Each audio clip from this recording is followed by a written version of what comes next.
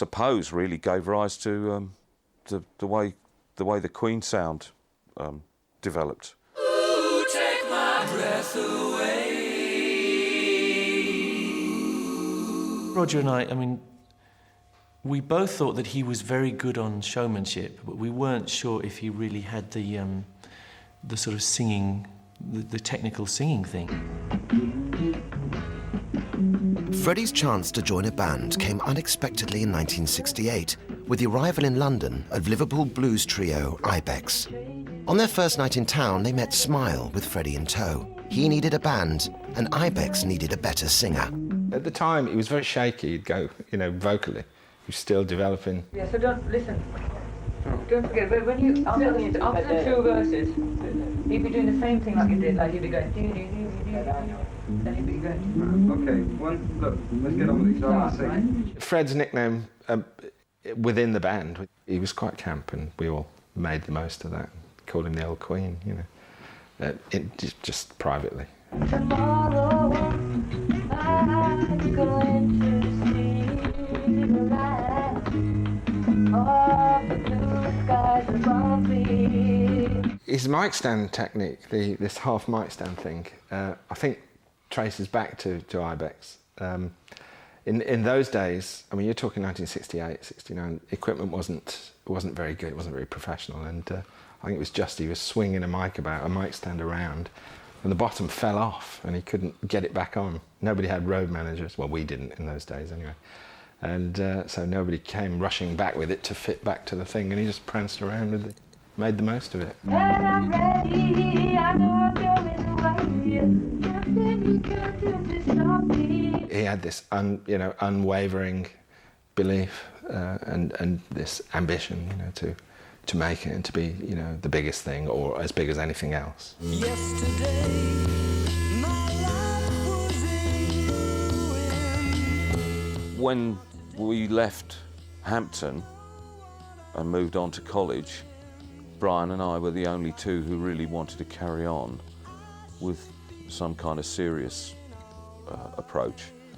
And Smile evolved out of that. We advertised for a drummer, and we got Roger.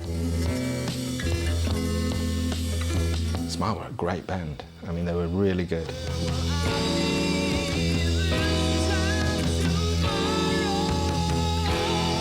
I remember some gig that we played, which was us as Smile. This is me and Tim Staffel, and Roger.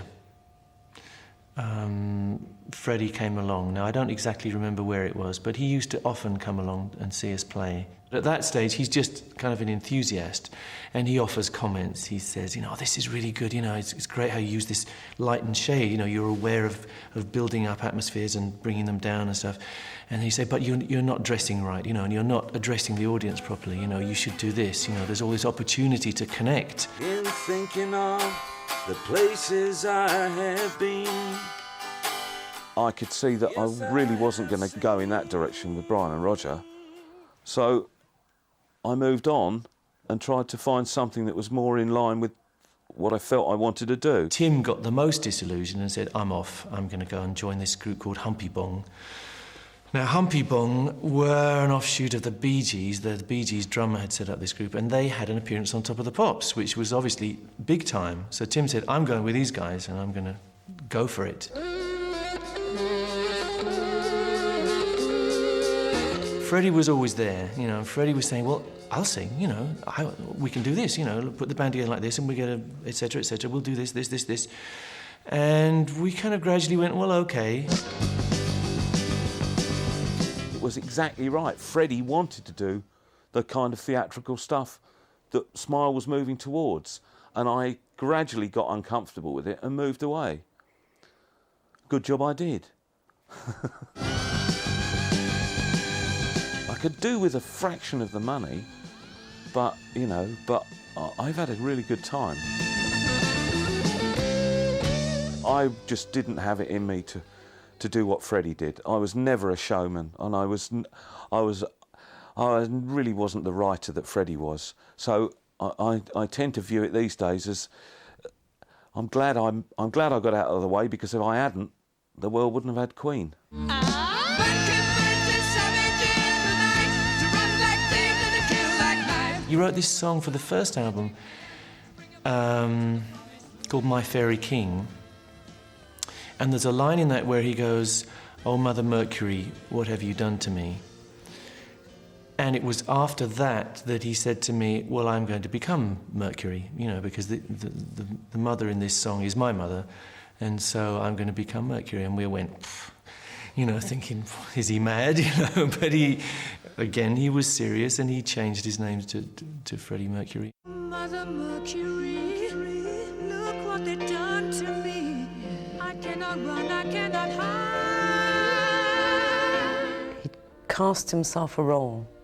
He became the actor.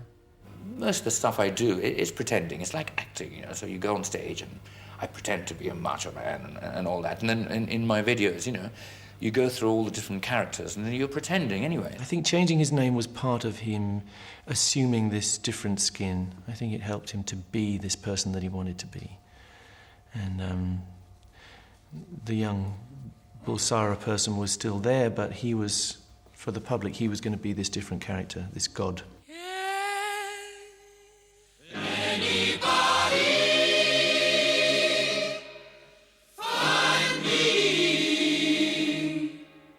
My name is Mick Rock. I took a lot of early key images of Queen and Freddie, and was a close friend of Freddie's. Somebody true. My name is Mary Austin. I'm a long-term friend of Freddie's.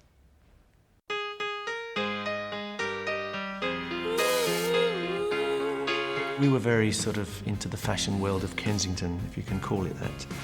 And Bieber was really one of the great places for fashion at that time. Underground fashion, you know, not haute couture in any sense, but the fashion of the people. And part of the attraction of Bieber was that the girls who worked in there were so beautiful. And they were dressed just right, you know, they were well presented as well. And we used to just go in there to sort of enjoy the scenery. I know Freddie did as well. And one of those ladies was Mary Austin. And I met Mary at a concert in Imperial College, my own college, and just sort of got chatting to her because she was sitting behind me. And I was pretty shy, but somehow I plucked up the courage to ask her out. And we went out a few times. She was very wary of anyone. And so we would generally just sort of go out for a drink and say goodnight and sort of quick peck on the cheek, and that was it, really. We'd never really got beyond that. But there came a point where Freddie started to talk to me about her, and it became obvious that Freddie wanted to go out with her, and I said, well, look, we're not really going out as such, you know, we're just good friends, so I'll introduce you to her, so I did. He would come in with occasionally, I think he was brave enough to come in on his own, but most times he would come with Roger, or he'd